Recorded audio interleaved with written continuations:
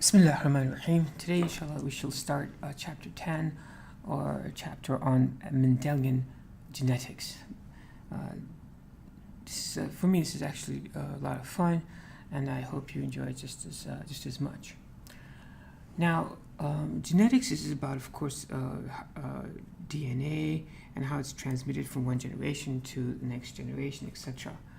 And if you were to take a human cell, we're talking about a human cell, all cells in the human body have a nucleus, except for what do you think? The red blood cells. Red blood cells don't have nuclei because they need to be more pliable to go through those capillaries, okay? But nevertheless, the rest of the human cells have nucleus, and if you were to catch them when they were dividing, you would find them chromosomes, right? So if you were to collect all the chromosomes from a human nucleus, from any cell from your body, let's say from your cheek cell, or whatever, or a skin cell, then you'd find chromosomes in that cell. And if you line them up like this over here, like a family portrait, okay, of chromosomes, if you line them up all like this, this is called a karyotype. Okay, it's called a karyotype. Now, obviously, in the nucleus, when the cells are dividing, they don't like line up like this. In fact, a human karyotype is like basically a picture of a cell that's dividing, and cutting and pasting the chromosomes that are paired from based upon the size. As you can see, these tend to get smaller over here, and smaller and smaller and smaller. And then there are given names. This is the first pair, and this is the second pair, and this is the third pair, all the way up to the last pair, which is the 23rd pair. So we have 23 pairs of chromosomes. In other words, 23 and 23, a total of 46 chromosomes. Okay, this family portrait of chromosomes, so to speak, this is called a karyotype. Okay, it's called a karyotype. The last pair, as you can see, is odd because they doesn't match, right? It's big and small, and that's because there are a different pair. Now, we should talk about the last pair in just a second there, okay? But what's important to understand is that we have 23 pairs of chromosomes, a total of 46. And one of these chromosomes we got from our dad, and the other chromosome we got from our mom. So one from dad, one from mom, one from dad, one from mom, one from dad, one from mom, one from dad, one from mom. Okay, so the 23 pairs is they're in pairs because we got one from our dad and we got one from our moms. And the last pair are the sex chromosomes that determine the gender of an individual. Okay. So, and they're called the sex chromosomes. The X chromosome is larger, the mommy's chromosome is larger, and the Y chromosome that we get from our dad, the men, of course, is actually smaller. And it's important to understand it is the Y chromosome that actually determines the gender of a person. If they have a Y chromosome, they are male. If they don't have a Y chromosome, then they are females. The phenotype, the appearance of an individual, male or female, is based on the Y chromosome. Anyways, this last pair, the odd-looking pair which is matched, are the sex chromosomes, and the remainder of the pairs of chromosomes, they're called autosomes. Okay, all of these are autosomes, and those last two are the sex chromosomes. Okay. Now, the second very important concept that you have to understand is the following, okay? Let me try to make this a little cleaner over here, so I kind of messed this up. The second very important concept that you have to understand is that why are they in pair, and what's the relationship between one and the other? Now, each of these pairs, they're called homologous chromosomes. So these are called homologous pairs. That's one homologous pair, that's second homologous pair, whatever that means. And how come they're of similar sizes, right? Well, so each pair of chromosomes, that's called a homologous pair. I don't know which pair this is. Maybe this is, I don't know, the 7th pair or whatever, 11th pair. Now, if you recall, one is from dad and the other one is from mom. I made them into cartoon shapes here, actually, for emphasis, because this is one of the most fundamental concepts that students sometimes find very difficult to grasp, okay? So I've taken the liberty of making it somewhat humorous, but I hope you forgive me for that. But nevertheless, so this is a homologous pair of chromosomes. In other words, they look very similar, but one is from dad and one is from mom. Okay, so each of them pair are like that. Now, the homologous means similar. The term homologous means they're similar pair. So what does that mean? Okay, for example, if this was a flower, if it was homologous pair from a flower, this area of this particular chromosome might code for a purple flower, where this area of this chromosome might code for a white flower. In other words, they're coding for the same trait, which is the color of the flower. It's located in the same spot. So it's over here is the color of the flower, over here is the color of the flower. Okay, so this particular area, that's called a locus of that particular gene. Okay, now to understand this, we have to kind of basically define the basic terms. So we're going to define some basic terms. Okay, trait. Now, a trait is a characteristic that's determined by a gene. For example, trait, for example, purple flower versus white flower, that's a trait. Okay, and tallness is a trait. Hair color is a trait. Eye color is a trait, etc. So those are traits, a particular characteristics that's determined by the genes. Okay, now a gene is a genetic code for that trait. Okay, for example, this gene codes for this purple trait. This gene codes for this white trait, right? So the gene is the actual genetic code, and trait is the characteristic that you're talking about. Okay. The locus means the location of the gene. For example, the gene is located here. It's not like over here or over here or something. So the locus is like location of the gene. So what's the locus of a particular gene? It's like the address of the gene. It's located on chromosome 13 or the short arm or long arm of chromosome 21 or something like that. Or it's located on the X chromosome, etc. So locus just means the location of the gene on the chromosome. Okay, and finally, the term allele. This is very important. Pay attention, okay? Listen. Allele means the different varieties of forms of the gene. Okay, for example, trait might be eye color. The trait we're talking about might be eye color. Okay, and the alleles, the variety of eye color, are blue eyes, black eyes, brown eyes, green eyes.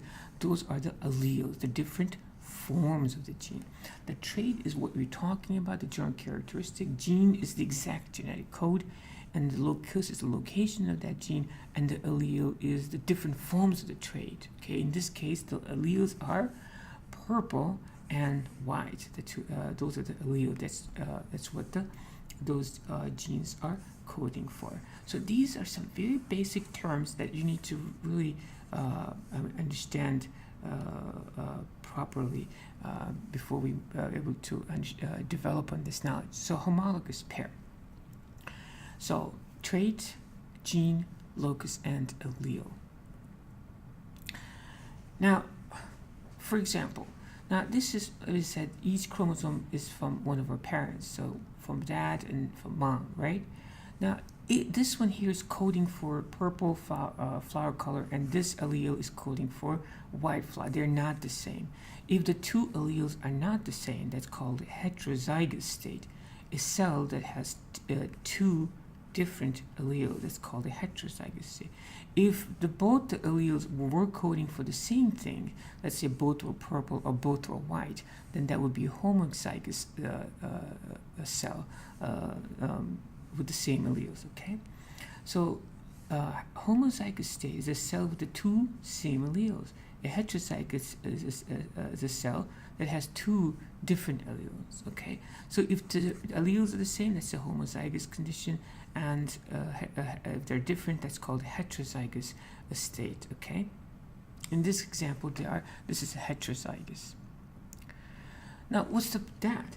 Now, that's important because, see, when you have two chromosomes, like why do you even have two chromosomes, right? Like, isn't it enough to have like one, right? Well, kinda, right? But the important thing to understand is what I've highlighted here in yellow, and have, it's like all capitals and there's stars and everything. Right? It's a bit important, right? So what is very, very important to understand is in simple genetics, many times, only one allele is expressed. Okay, only one allele is expressed. So the other one is just silent, sitting there. It's like, okay, you do all the work, I'm just gonna like take a nap over here until the next generation or something like that. Okay, so only one allele is expressed. Now, the one allele that is expressed, okay, is dominant. Okay, it's dominant or it's recessive. A dominant allele is the allele that's expressed in a heterozygous condition. In other words, if there are two different ones, now which one of these two is going to be expressed, right? Well, how do they decide one for one thing? Okay, that's a little more complicated question, but there's cellular mechanisms that decide which one is going to be expressed and which one's not going to be expressed, okay? That's beyond our current understanding, but I wish that someday you'll be able to, inshallah, understand that. But anyways, when there are two different alleles, one is going to become silent, the other one is going to be expressed. The one that's going to be expressed is called the dominant allele. The one that's going to be silent and be going quiet and dormant, become, so to speak, will be called the recessive allele. Okay. Now, if there are two alleles, it doesn't matter. If they're dominant, one of them is still going to go to sleep and the other one is expressed. And if they're both recessive, if these are both recessive, one of them is going to be expressed and the other one's still going to go to sleep. So in the case of homozygous condition, it doesn't matter. One of them is still going to go silent and the other one will be expressed. It doesn't matter which one. But in a heterozygous condition, it will be the dominant allele that will be expressed. I'll speak for both of us. That's what dominant allele does. Okay?